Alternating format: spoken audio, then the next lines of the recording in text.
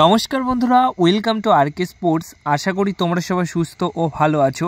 তো এই ভিডিওতে মোহনবাগান দলের পয়েন্টস টেবিল নিয়ে কিন্তু বড়সড় পরিবর্তন হয়েছে বা হচ্ছে, তো সেই বিষয়টা নিয়ে আপডেট শেয়ার করা রয়েছে। এছাড়া কেরালা ব্লাস্টার্স দলের এগেনস্টে আগামী 15 তারিখ মোহনবাগান দল ম্যাচ খেলতে চলেছে, আর সেই ম্যাচে মোহনবাগান দলের কিছু ফুটবলাররা চোট এবং কাঠ সমস্যার জন্য খেলতে পারবে না।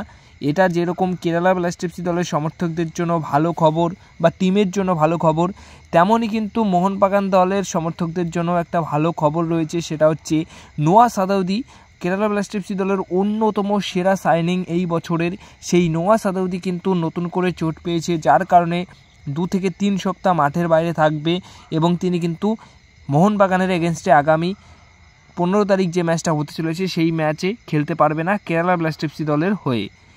এবার আসল বিষয়ে আসি, সেটা হচ্ছে আজকে কিন্তু মুম্বাই সিটি এফসি নিজেদের ঘরের মাঠে এফসি গোয়া দলের এগেনস্টে ম্যাচ খেলতে নেমেছিল। সেই ম্যাচে কিন্তু একদম গোহারা হেরেছে মুম্বাই সিটি এফসি দল গোয়ার কাছে। আজকে কিন্তু মোহনবাগান দলের সমর্থকরা মুম্বাই সিটি এফসি দলকে মনে প্রাণে সাপোর্ট করেছে, যাতে করে মুম্বাই সিটি এফসি দল যেন গোয়ার এগেনস্টে ড্র করে কিংবা গোয়াকে হারিয়ে দেয়, এটাই চেয়েছিল সমর্থকরা, কিন্তু তার উল্টোটা হয়েছে।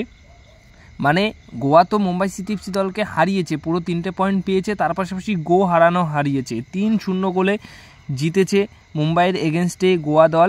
তো সেই অর্থে 20 ম্যাচে 39 পয়েন্ট নিয়ে লিগ টেবিলের 2 নম্বরের জায়গায় আরও মজবুত হয়ে মোহনবাগান দলকে তাড়া করছে এখন গোয়া দল।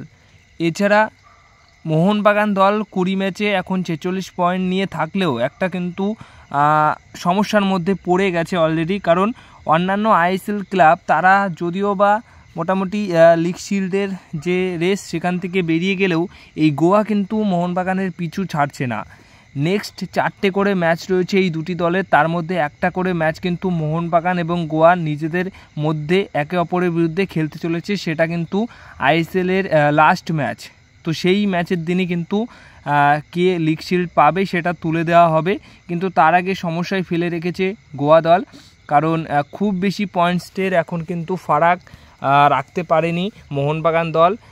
মাত্র মোটামুটি 6 পয়েন্টের একটা যে গ্যাপ সেটা কিন্তু রয়েছে গোয়ার থেকে মোহনবাগান দলের। তো এবার যদি নেক্সট 3টে ম্যাচে মোহনবাগান দল 6টা পয়েন্ট তুলে নেয় তাহলে তো পুরোপুরি আইএসএল লিগ শিল্ড কনফার্ম হয়ে যাবে। বাট নেক্সট 3টে ম্যাচে যদি মোহনবাগান দল হারে বা ড্র করে তাহলে কিন্তু আরও সমস্যায় পড়ে যাবে মোহনবাগান দল। আর গোয়া যদি নেক্সট 2টো ম্যাচ জিতে যায় তাহলে তো প্রায় ধরে ফেললো, এখন কিন্তু যে জায়গাতে রয়েছে সেখানেও কিন্তু খুব ভালো জায়গায়, মানে খুব ভালোভাবেই তারা করছে। তো সেই অর্থে এখন কিন্তু মোহনবাগান দলের লিগ শিল্ড পাওয়ার যে সম্ভাবনাটা সেটা আরও কঠিন হয়ে যাচ্ছে। যতই 6 পয়েন্ট নিয়ে এগিয়ে থাকুক গোয়ার থেকে, কিন্তু গোয়া যেভাবে খেলছে তাতে করে কিন্তু এই 6 পয়েন্টের গ্যাপও যখন তখন টপকে যেতে পারে মোহনবাগান দলের থেকে গোয়া দল। তাই কিছু বলা যাচ্ছে না শেষ অবধি। গোয়া ম্যাচ মোহনবাগানের যেটা রয়েছে সবশেষের ম্যাচ, সেই ম্যাচেই নির্ধারিত হবে যে কে আইএসএল লিগ শিল্ড পাচ্ছে। তো এই গোয়ার দলটা আজকে যদি হেরে যেত তাহলে মোহনবাগান দলের অনেক সুবিধা হতো, বিশাল বড় একটা সুবিধা হতো, কিন্তু গোয়া মুম্বাই সিটি এফসি দলকে হারিয়ে দিয়েছে, তাতে করে কিন্তু মোহনবাগান দলের সুবিধা হয়নি, বরঞ্চ একটু অসুবিধা হয়েছে, একটু না অনেকটাই, কারণ পয়েন্টস টেবিলে কিন্তু বেশ একটা ভালো জায়গায় এই মুহূর্তে গোয়া রয়েছে এবং গোয়ার কাছে কিন্তু এখনও ওই ধরো 80% চান্স আছে এখনও অবধি যে আইএসএল লিগ শিল্ড জিতবে, এরকম চান্স রয়েছে।